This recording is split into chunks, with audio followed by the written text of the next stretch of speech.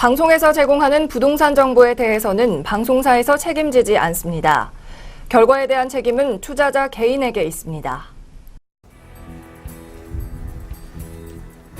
MBN 내일경제TV 시청자 여러분 안녕하십니까.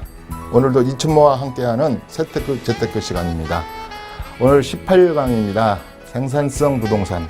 어떻게 보면 처음 들어보는 말일 수도 있겠네요. 개발과 세금에 대해서 좀 어려울 수도 있는데요. 한번 오늘 생산성 부동산이 뭔가에 대해서 이야기해보도록 하겠습니다.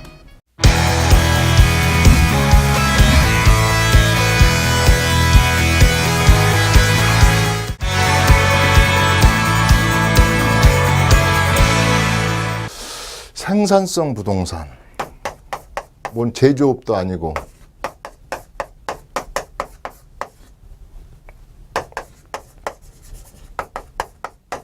오늘의 주제는 이걸로 한번 골라봤습니다. 우리가 흔히 말해서 두 마리 토끼를 잡아보자. 그러면 어떤 것은 따복따복 매달 요새 제일 갖고 싶어하는 월세가 나오는 수익형 상품도 한번 가져보자.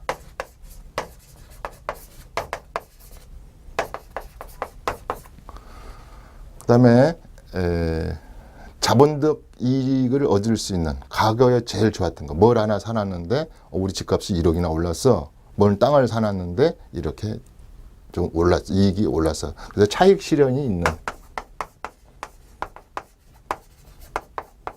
이런 부동산. 차익형 부동산 뭐 이렇게 해도 되겠네요. 그래서 저는 이것을 이왕이면 뭘 해서 임대 수익도 올리고 저번 시간에 말했던 소극적 소득도 올리고 그 다음에 자본 이 캐피탈 게인도 얻을 수 있는 것이 뭘까 이런 생각을 해봤습니다. 이거 이렇게 매달 나오면서 집값까지 나의 재테크로서 재산 가치까지 올라간다면 얼마나 좋겠습니다. 그래서 표현을 이런 부동산을 생산성 부동산이다 한번 해봤습니다. 그럼 생산이란 말이 들어갔으니까 뭔가는 새로운 것을 만들어내야 되겠지 않습니까? 그것 중에 하나가 대표적인 게 신축. 신축은 뭔가는 땅이 있어야 되지 않겠습니까? 뭔가는 위에 토지 및 그 위에 지상에 정착물이 있어야지 세도 받고 땅값도 오르고 그러면 대표적인 게 신축이겠죠. 그러면 토지,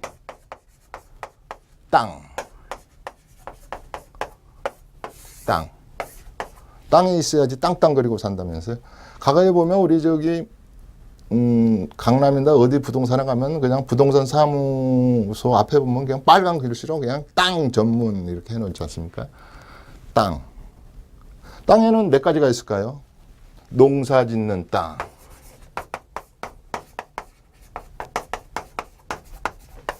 농지죠, 농지. 집 짓는 땅, 대지. 집을 지어서 위에 건축물이 있으면 주택.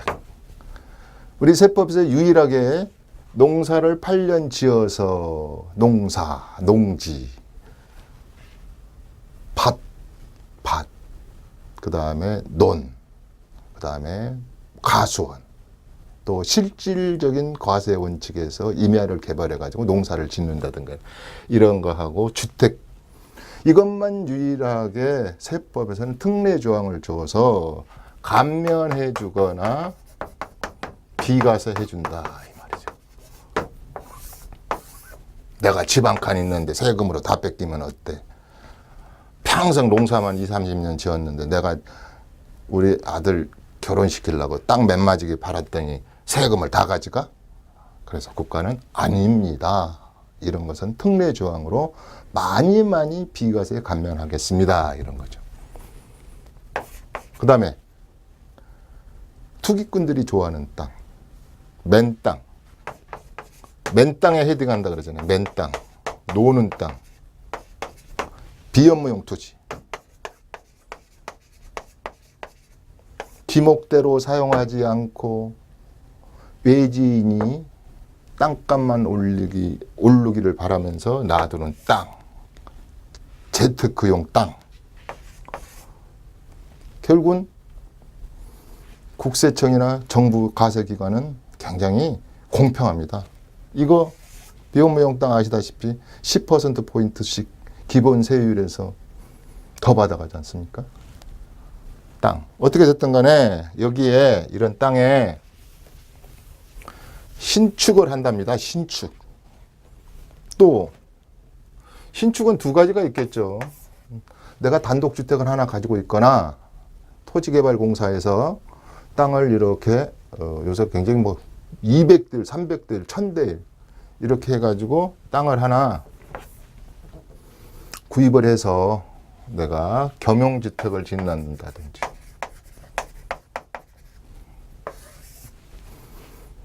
돈을 좀 모아서 역세권에 도시형 생활주택을 짓는다든지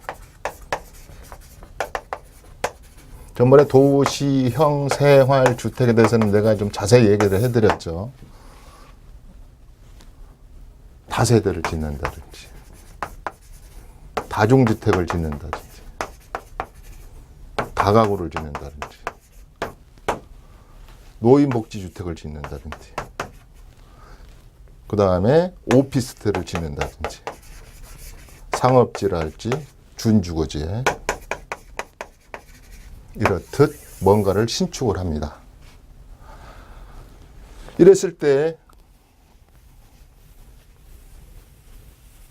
내가 이 땅에 지어서 나는 판매를 안 하고 임대업만 하겠습니다. 주택임대사업자로 등록을 해서 임대업을 하겠습니다. 포지티브 소득, 소극적 소득만 누리겠습니다. 일부는 팔겠습니다. 신축해서 주택을 판매하겠습니다. 아닙니다. 저는 이 대지만 샀다가 단독주택을 샀다가 시세 차익이 나면 부동산 매매업으로 1년에 1회 이상, 2회 이상 팔고 사고를 해서 팔고 사고죠. 팔고 사고해서 부동산 매매업.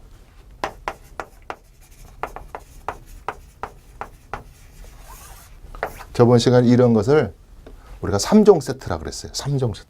이렇게 신축해서 3종 세트. 세법도 어렵고 우리가 공부를 해야 될 부분이 많다 이 말이었습니다. 그러면 좋습니다. 신축을 하면은 시공사가 조그마한 건설업을 하는 시공사가 지을 것이고 판매는 마케팅을 하는 분들이 마케팅을 할 것이고 나는 들어가는 필요 경비 공사비 그다음에 땅값 다 하고 세금 다 내고 이익만 취하면 되는 것 이런 구조로 돼 있습니다. 이럴 때 이완이면 땅을 고를 때 대지를 고를 때 리테일 쪽 상업용 부지를 구할 때 이완이면 고를 때부터 뭔가는 해안을 좀 가지고 있어야 되지 않겠습니까? 아무거나 땅을 골라놓는다고 해서 나한테 이익이 될까요? 그러기 위해서는 저번 시간에 말했듯이 공법도 좀 알았으면 좋겠다. 옛날에는 공법이 이 공포스러운 공법이었는데 요즘은 공동의 정부와 사용자 가지고 있는 사람들이 이렇게 공법이 서로 누이 좋고 매부 좋은 이런 식으로 많이 바뀌고 있다 이런 얘기도 했습니다. 과거에는요 형질 변경, 용도 변경 그 다음에 허가구역에서 토지 사는 행위 모든 게 공포스러운 공법이었어요. 지금은 좀 많이 공공, 너 좋고 나 좋고 이런 쪽으로 많이 바뀌었다. 그러면 제일 중요한 게 사업성이 있는 토지를 골라보자. 이거 별표 5개 해도 뭐 쉬운 말로 땅 잘 사버리면 재테크는 끝난다 이런 말이에요. 사업성이 있어야 될 줄 아닙니까? 사업을 하는데 사업성이 있어야 되겠죠. 그 어떤 토지를, 어떤 대지를 뭘 사야지 앞으로 신축을 하든 사업성이 있는 토지냐. 그랬을 때 여러분들이 가장 쉽게 부동산에서 구입할 수 있는 것이 단독주택이지 않습니까?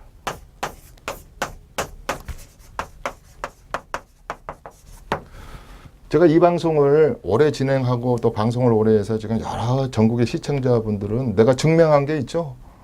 5년, 6년, 7년부터 단독의 시대가 앞으로는 단독의 시대다. 인필할 수 있는 어번 지역의 역세권의 어번 지역에 인필할 수 있는 공간을, 하우징할 수 있는 공간을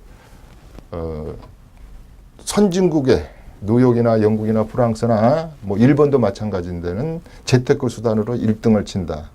과거에 이 아파트 분양권하고 아파트가 하도 인기가 올 때는요, 과거에 단독주택 값이 어느 때는 7% 이상 하락한 적도 있었고, 애물단지라고 생각했고, 불편한 자산이라고 생각한 적이 있었는데요. 이 녀석이 효자로 이렇게 요새 뜬다 그러죠. 뜨게 된 것이 불과 얼마 전이죠. 2009년도에 이제 도시형 생활주택이 그런 제도가 생기면서부터 단독주택에는 여러 가지가 있죠. 고급 단독주택. 이 얘기를 하려는 게 아니죠. 이번에 결혼한다는 뭐 송중기 씨가 뭐 이태원에 100억 이런 건 실명 말해도 될 거야 아마 피디님한테. 다 알려진 연예인들. 송혜기 씨도 현대주택단지 삼성동에 또 뭐 샀다 그러고, 전지현 씨는요 그 뒤에 또 막 많이 샀어요. 이런 고급 주택이 있어요. 연예인들이 사는 뭐 어느 모 그룹 회장들. 옛날에는 전통적인 부자는요 성북동, 한남동, 방배동 이런 분들은 고급 주택에 살았어요. 우리는 이 투자 대상이 아니에요. 우리는 100억이 없잖아요 지금. 우리는 신축용, 그렇다고 해서 뭐 이렇게 큰 상업지나 이런 걸 사가지고 오피스텔을 진다든가 상업용 빌딩을 올릴 수는 없으니까 우리가 만만한 게 뭐예요? 단독주택. 보통 40평짜리, 50평짜리, 도시형 생활주택이나 다중주택 짓기 좋은 거 60평짜리 이런 것을 우리가 선호하고 고르는 법을 제대로 알면 저번 시간에 했던 것이 재테크가 재테크 되지 않고 어느 정도 기본은 고르고 간 선택은 그런 대로 괜찮다. 그러면 이거 다 여러분들 아다시피 역세권에 사야 된다. 역세권도요, 진짜로 역세권으로부터 체감거리가 제로인 지역이 있어요. 그냥 1분 안에 내 집에 띵동. 요새 또 고안, 이렇게 좀 사회가 또 이렇게 이상한 좀 사이코패스들도 있고 뭐 이러다 보니까 가까울수록 좋잖아요. 그런데 역세권을 잘못 이렇게 말씀하시는 것도, 자전거 타고 3분 거리는 역세권이 아닙니다. 택시 타고 1분 거리는 역세권. 도보로 전철역 입구에서 나와서 저는 체감거리가 제로라는 것은 그냥 우리 집이네 하는 것은 거의 1, 2분 거리. 그래서 역세권을 말할 때는 이렇게 말합니다. 건축을 할 때 뭐 250m 반경, 500m 반경, 우리 옛날에 역세권 시프트 사업 뭐 이런 거 할 때 그런 얘기를 하고 그랬는데, 이런 신축 사업은요, 그럴라도 대가를 좀 치르더라도 공실이 없고 남보다 임대료를 좀 더 받고 가격도 앞으로 황금성도 좋고 가격도 좀 많이 오를 수 있는 거거든요. 어떻게 하더라도 저는 1분 거리 내에 단독주택을 찾아야 된다. 그럼 그런 게 많느냐? 많지도 않죠.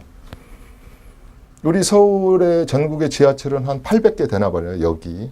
또 우리 뭐 수도권 전철도 또 한 400개 되고, 그 중에서도 뭐 황금 노선인 9호선, 서클링으로 돼 있는 뭐 2호선 몇 개 요지를 떼면 역 몇 개 되지도 않아요. 9호선 여기 한 31개인가? 이렇게밖에 안 되잖아요. 뭐 얼마 안 되고.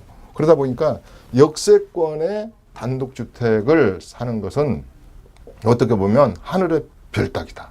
과거에는 많았었어요. 아파트만 선호하니까 단독주택이 많았는데, 일단은 역세권으로 사야 된다는 것은요, 두말 할 필요도 없어요.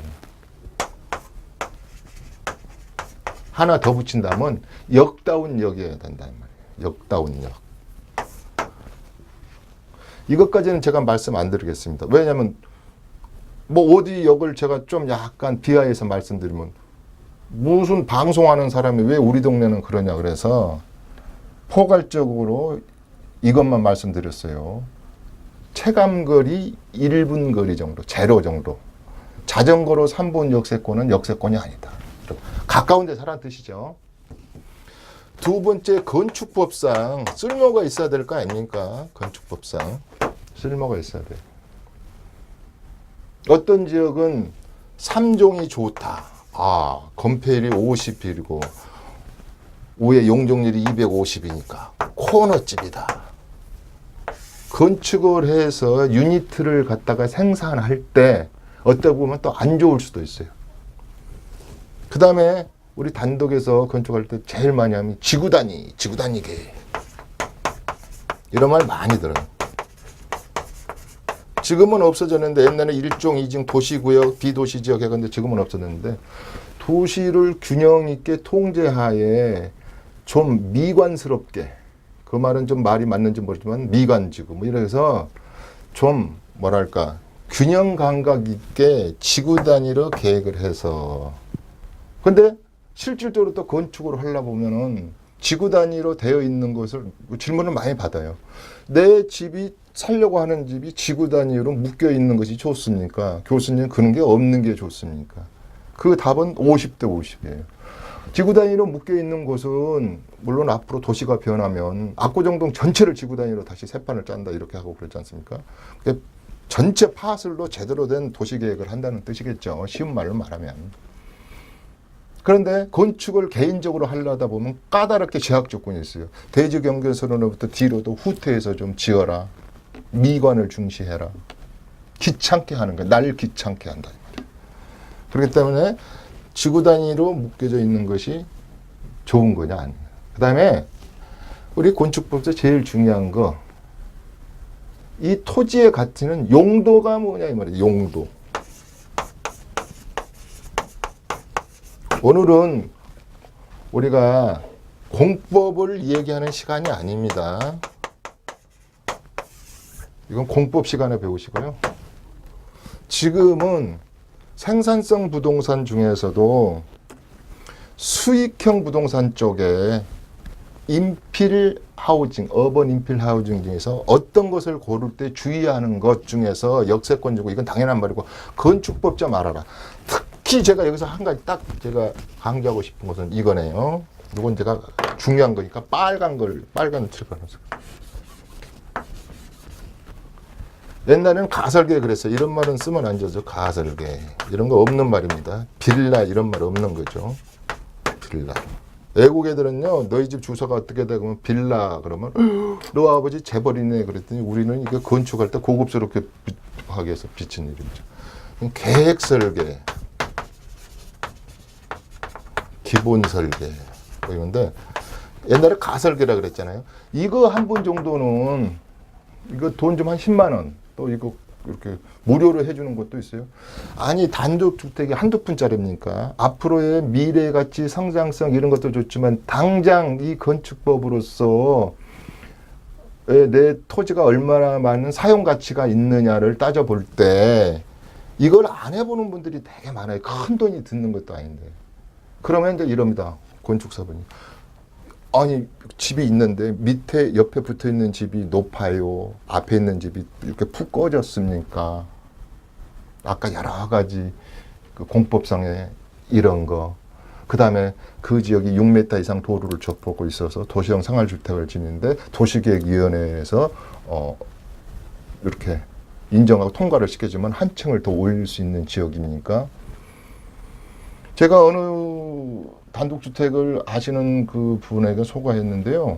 보통 4층 정도 나오는데요. 8층을 받는 경우도 봤고, 인센티브도 해서 층도 더 올릴 수도 있는 거고. 그래서 사업성은 건축법을 좀 알아야 되겠다. 도면까지는 읽을 필요는 없지만, 알 필요는 없지만, 모르면 계획 설계 정도는 해보고, 저는 이걸 그렇게 강조를 합니다.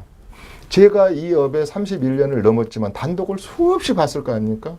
그래도 현재 주차장법이 또 얼마나 바뀌었어요. 2013년도에 갑자기 주차장법이 바뀌어가지고 우리 도시형 생활주택도 60제곱미터당 한 대 하던 것을 이제 30제곱미터 이하가 0.5대로 이렇게 강화됐으니까 옛날에 60평 했다가요 도시형 생활주택 21개 유니트까지 나오던 시절이 있었어요. 법이 딱 바뀌니까 이제는 21개가 아니고 한 13개 정도밖에 못 나오고 그러면 수익률이 확 떨어지지 않습니까? 그러니까 건축법 정도에서 이런 걸 좀 해보고 하자. 모르면 전문가한테 좀 이렇게 뭐랄까 상담을 해서도 한다. 그 다음에 세 번째 중요한 거 이거 꼭 한번 해보자. 아직도 집 단독주택 간단해 도로 끼고 북쪽에 대문 있는 맞죠. 그 말까지는 그거 사라. 도로 사서는 재작년에 없어졌지만 그 일조권 사선까지는 아시는 거야. 그걸로는 약하다 이 말씀이죠. 어떤 분은요 단독을 싸다고 골랐는데 이 소방호스가 들어가는 그것이 뭐 34m라든가 그 위험은 불나면 소방호스가 못 들어가자면 건축허가 안 나는 거예요. 옆에 도로 1m씩 또 땅을 사서 도로를 내야 되는 것도 있고 그러니까 이 건축법. 그 다음에 가장 중요한 게 아까 역세권도 좀 개별적으로 가지고 있는 것 중에 하나가 우리가 수익성 중에 가장 중요한 게 단독 고를 때 도로예요. 도로. 그 다음에 관계되는 게 이제 주차장에 관한 주차장법이죠.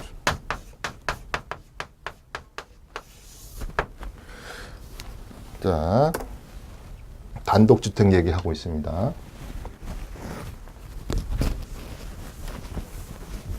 시간이 되는지는 모르지만 단독주택이 제대로 재테크를 한번 맛을 들인다 할까요? 제대로 알면 이런 분양권이나 입주권, 재건축 안 해요. 단독이 좋은 점이요. 내가 그냥 해도 저는 굉장히 단독을 강조하는 편인데 7, 8까지 되는 거예요. 단독은 가격이 없어요. A라는 아파트는요 102호고 103호하고 1000만 원만 차도도 사모님 그거 너무 비싸요. 102호는 5억에 팔렸는데 사모님 것은 그 1000만 원 더 달라면 어떡합니까? 이래서 어떻게 보면 가격이 평준화되어 있잖아요. 단독주택은 가격이 없다는 말은 누구의 눈으로 어떤 시각으로 보느냐에 따라서 홍길동이가 보는 눈하고 김길동이가 보는 눈의 가격이 틀려질 수가 있어요. 우리가 상속세에서도 증여세에서도 상속에서도 아파트는 거의 8, 90%의 시가랄지 실거래가로 노출되어 있으니까 상속세, 증여세 그대로 다 과세해야 되잖아요. 아무래도 단독은 아직은 우리 강남만 보더라도 시세의 공시 가격이 60%밖에 안 되는 것 같아요. 어떤 것은 48%짜도 봤으니까요. 그럼 무슨 말이냐? 거래가 평당 1억을 되고 있는데 실제 공시 가격 정도는 한 4,800만 원밖에 안 된다는 것이죠. 이런 걸 할 때 또 세금으로부터 조금은 절세할 길이 좀 많은 거. 그래서 어느 누구의 눈으로 보느냐에 따라서 가공 능력이 틀려지는 거예요. 어떤 분은 여기다가 단독했다 멋지게 다중주택을 짓겠다. 내가 대학 앞에다가 요새 대학생 애들이 방부하기 힘드니까 다중주택, 내가 주차장. 대부분 다중주택 짓는 분들이 이 토지가 한 30평, 35평, 40평 미만 분들 많이 짓잖아요. 다중. 또 좀 크면 다가구, 다세대. 다가구도 인기죠. 이거 임대할 때도 좋고.